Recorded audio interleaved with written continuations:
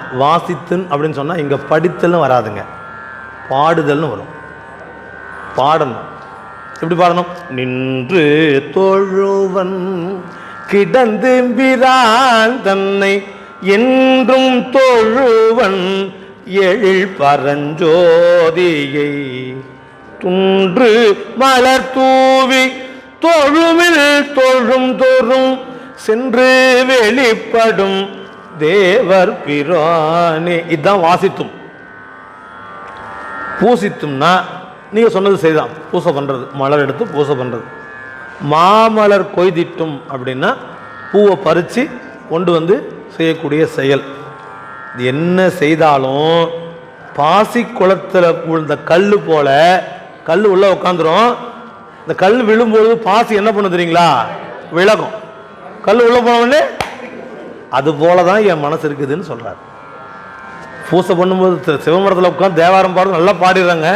சாயந்தரம் வீட்டுக்கு போனால் ஒன்றுமே வரமாட்டேங்குதுங்க அப்படின்னு நீங்கள் மைண்ட் வாய்ஸில் பேசுறது எனக்கு காது கேட்குது. எனக்கு முன்னையே கேட்டுருச்சு. மீண்டும் அடுத்த மாதம் வந்து இங்கே கேட்கும்போது பாடுனீங்களா? பாடுங்க. எங்கே பாடுங்க? அதாங்க தெரியல அப்படின்னு நீங்கள் நினைக்கிறது எனக்கு தோணுது. அப்படி இல்லாமல் மாசற்ற சோதி மலம் மணிமிட டன்னலே நேசத்திருந்த நினைவு அறியாரே. ஒரு முறை பாடுங்க. வாசித்தும் பூசித்தும்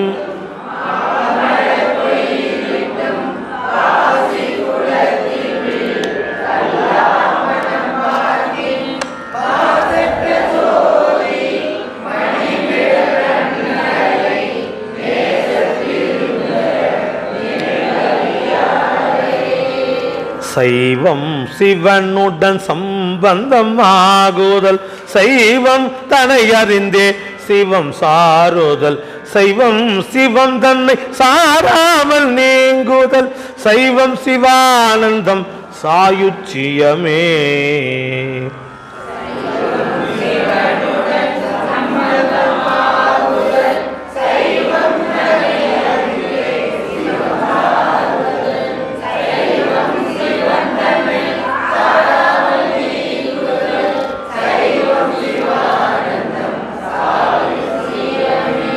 இந்த சாயுச்சியம் அப்படிங்கிறது தான் கடந்த கடைநிலை. இறைவன் திருவருளோடு கூடியிருக்கிற நிலை சாயுச்சியம் என்று சொல்வார்கள். அது சிவானந்தத்தை தரக்கூடியது. சிவத்தோடு ஒன்று இருத்தல் சாயுச்சியம். சிவனோடு ஒன்றுதல், சிவனோடு ஐக்கியமாதல், சிவனோடு கலந்திருத்தல். அந்த கலந்திருத்தல் தான் சாயுச்சியம். அதுதான் சிவானந்தம். சிவானந்தம் சிவ கூட்டல் ஆனந்தம், சிவானந்த பெருக்கு. அது எப்போ கிடைக்குன்னா இந்த பூசை பண்ணும் பொழுது ஒரு துளி கண்ணில் தண்ணி வரும் பாருங்க.